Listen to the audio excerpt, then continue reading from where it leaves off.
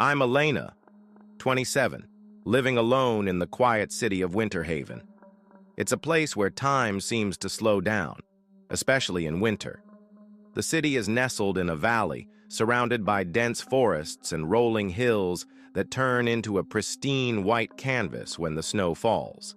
It's beautiful, but it can also feel isolating, especially when the days grow shorter and the nights stretch endlessly.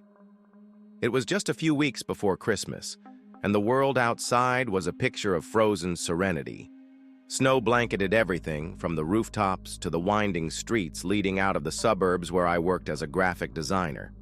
The holiday lights strung across the streets flickered weakly under the weight of the snow, casting a faint, ghostly glow. The air was crisp, and the silence was so profound that it felt like the world was holding its breath. That night, my shift dragged on late. I was working on a last-minute project for a client who needed their holiday campaign ready by morning.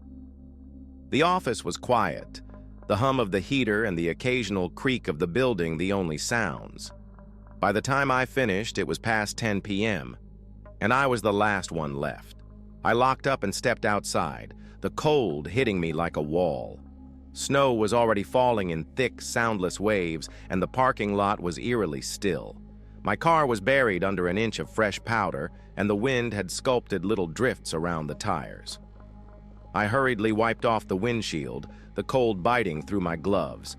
My breath came out in visible puffs, and my fingers were numb by the time I got inside the car. The engine sputtered to life, and I sat there for a moment, letting the heater warm the icy interior. The roads were treacherous. My tires crunched over the untouched snow as I drove slowly, the headlights illuminating an endless sea of white. The world outside felt alien, like I was the last person left on Earth.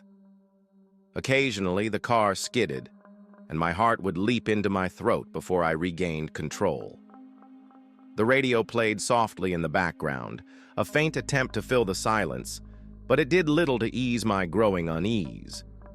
Then, just as I started to feel like I might make it home without incident, the car gave one final stubborn slide and sank into a ditch. The tires spun uselessly, kicking up snow but gaining no traction. I cursed under my breath, throwing my hat back on and stepping out into the freezing night. The wind clawed at my face, and the snow soaked through my boots almost instantly. I examined the situation, my heart sinking. My car was stuck at a slant, the tires half submerged in a bank of snow. I tried pushing, but it was no use. The cold was sapping my strength, and the silence of the night pressed in on me, making me feel even more alone. I pulled out my phone, but the signal was weak, and the battery was dangerously low. Just as I was debating whether to call for help, a pair of headlights appeared in the distance. A silver truck pulled up beside me, and the driver rolled down his window.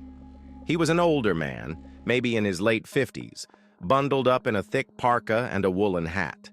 His face was weathered but kind, with deep lines around his eyes that spoke of years spent outdoors. "Need a hand?" he asked, his voice warm and steady. "I've got a tow hitch at home. I can pull you out if you want." Relief washed over me.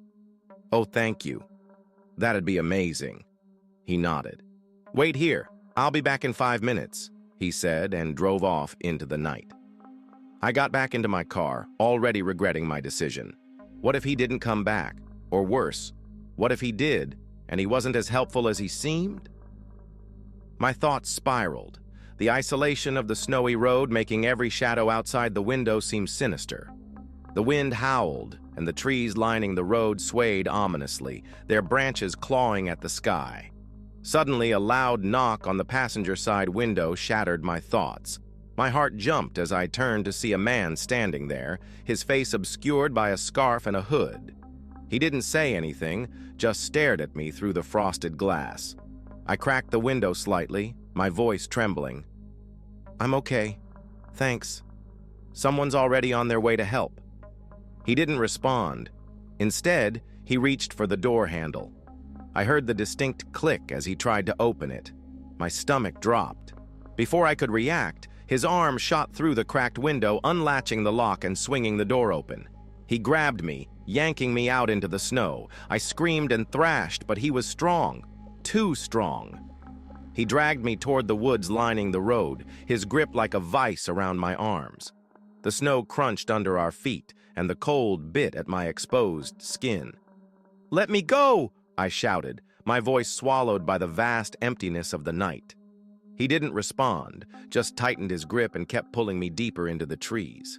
My mind raced, panic surging through me.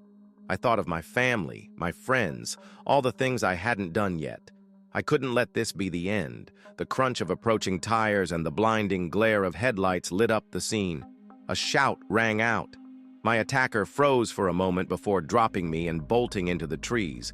I collapsed in the snow, gasping for breath, my heart pounding in my chest. The man from the silver truck was there, helping me up and wrapping me in his jacket. His presence felt like salvation. "Are you okay?" he asked, his voice filled with concern. I nodded, unable to speak. He called the police and stayed with me until they arrived. His calm demeanor a stark contrast to the chaos I had just experienced. As I sat in the back of the police car, wrapped in a blanket, my mind kept circling back to the woods. What would have happened if he hadn't shown up? The thought sent a shiver down my spine that had nothing to do with the cold. The delivery. The day after Christmas, I was working at a pizza shop in the small town of Cold Pine. It was one of those places where everyone knew everyone, and the streets were lined with quaint, snow-dusted houses that looked like they belonged on a postcard. Business was booming despite the holiday. The warmth of the ovens and the chatter of customers created a false sense of security that night. But when my manager handed me a delivery for a house on the outskirts of town, the chill of the outdoors reminded me just how isolated I'd soon be. The order was for a house at the end of a long, winding gravel road, surrounded by towering pine trees heavy with snow.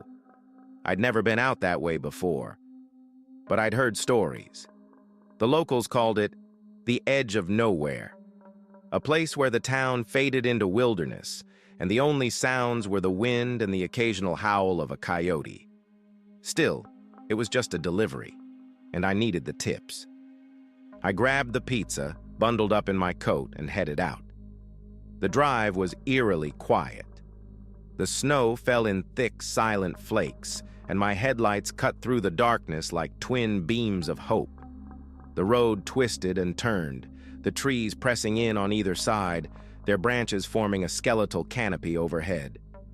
The further I went, the more the feeling of unease grew in the pit of my stomach. It was like the world was holding its breath, waiting for something to happen.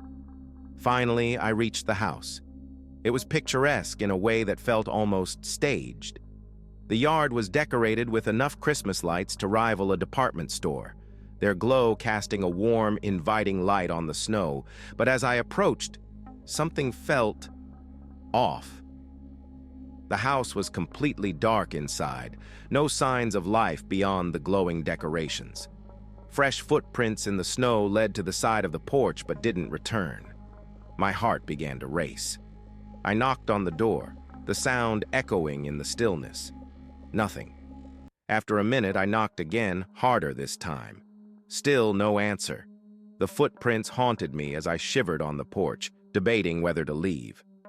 I glanced back at my car, its engine still running, the exhaust curling into the cold air like a lifeline. Eventually, I gave up, heading back to the car. When I tried to start the engine, it refused to turn over. The sound of the failing ignition was like a death knell in the silence. Frustration turned to panic as I glanced back toward the house. A figure emerged from the shadows, bundled in heavy winter gear, their face obscured by a scarf and hood. My breath caught in my throat. I rolled down the window slightly, my voice trembling. "Did you order the pizza? I've been knocking." They didn't respond, just kept walking toward me. My gut screamed that something was wrong. I locked the doors and reached for my phone, my fingers fumbling with the screen. The figure stopped inches from the car, staring at me through the frosted glass. Then they began pounding on the window, the force rattling the glass. I screamed as they pulled something from their pocket and smashed it against the door, trying to break in. The sound of shattering glass filled the air, and I ducked, shielding my face. My mind raced, trying to think of a way out. Just as I was about to make a run for it, the flashing lights of a police car illuminated the driveway. The man bolted into the woods, disappearing like a shadow. I sat there, trembling, as the officer approached. He asked if I was okay, his voice calm and reassuring. I nodded, unable to speak. He called for backup and stayed with me until they arrived, his presence a small comfort in the chaos. Later, I learned the truth. The man didn't live there. The real owners were away, visiting family for the holidays. He had tampered with my car to trap me, using the house's decorations to lure unsuspecting people like me into a false sense of safety. The police found evidence of his presence in the woods, a makeshift campsite, empty food wrappers, and a collection of stolen items. He'd been watching the house, waiting for someone to fall into his trap. The thought sent a shiver down my spine that had nothing to do with the cold. I couldn't stop thinking about what might have happened if the police hadn't shown up. The man's face, obscured by shadows, haunted my dreams for weeks afterward. The intruder. By mid-January, I thought I'd escaped the worst of the season's terrors. The holidays were behind me, and the new year had brought a fragile sense of calm. My little home near the edge of town felt like a sanctuary, a place where I could retreat from the world. The snowstorms had been relentless, burying everything in a thick, unyielding blanket of white, but inside, I felt safe. The warmth of the fireplace, the soft glow of the lamps, and the comforting presence of my dog, Luna, made the chaos outside seem distant.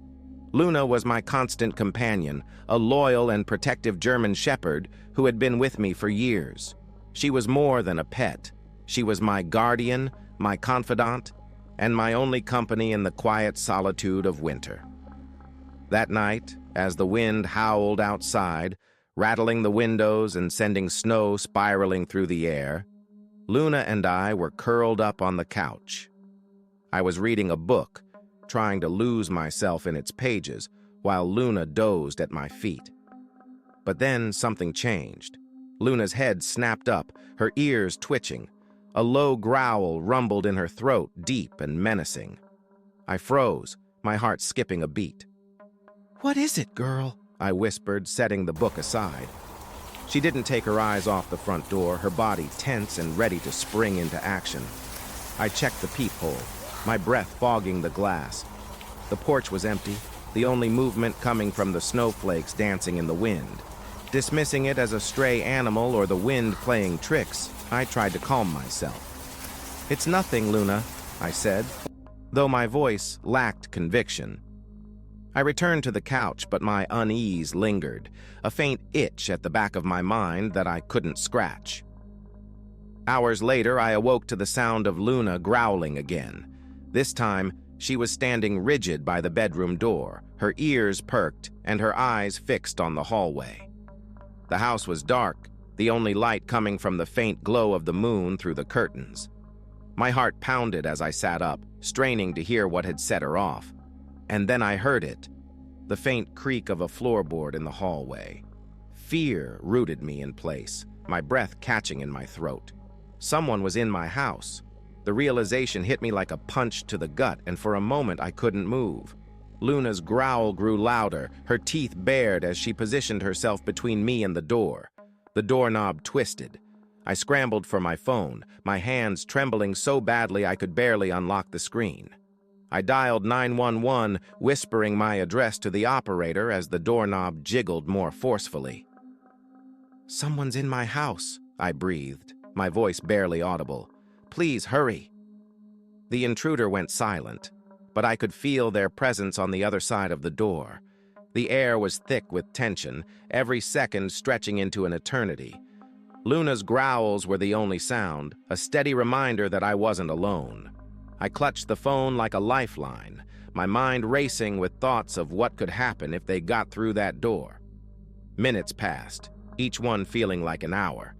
Then the sound of footsteps retreating down the hallway. I held my breath, praying they were leaving. But the silence that followed was almost worse. It was the silence of someone waiting, listening, planning. Finally, the flashing lights of a police car poured through the windows, casting eerie blue and red patterns on the walls. Relief flooded through me, but it was short-lived. The police searched the house, their voices calm but urgent. They found footprints leading away from the house, deep and deliberate in the snow. The lock on my front door was mangled, the wood around it splintered from where they had forced their way in. The intruder hadn't stolen anything. They hadn't even touched the valuables in plain sight. They had come for one thing, me. The officers stayed with me for hours, taking my statement and reassuring me that they would increase patrols in the area. But their words did little to ease the fear that had taken root in my chest. I couldn't stop thinking about what might have happened if Luna hadn't alerted me. If she hadn't been there, standing guard, I might not have realized they were in the house until it was too late. That night, I didn't sleep. I sat on the couch with Luna by my side, her head resting on my lap as I stared at the front door. The wind continued to howl outside. But it was no longer just the sound of winter. It was a reminder of how fragile my sense of safety had been. And as the first light of dawn crept through the windows, I made a promise to myself. I would never take my safety for granted again.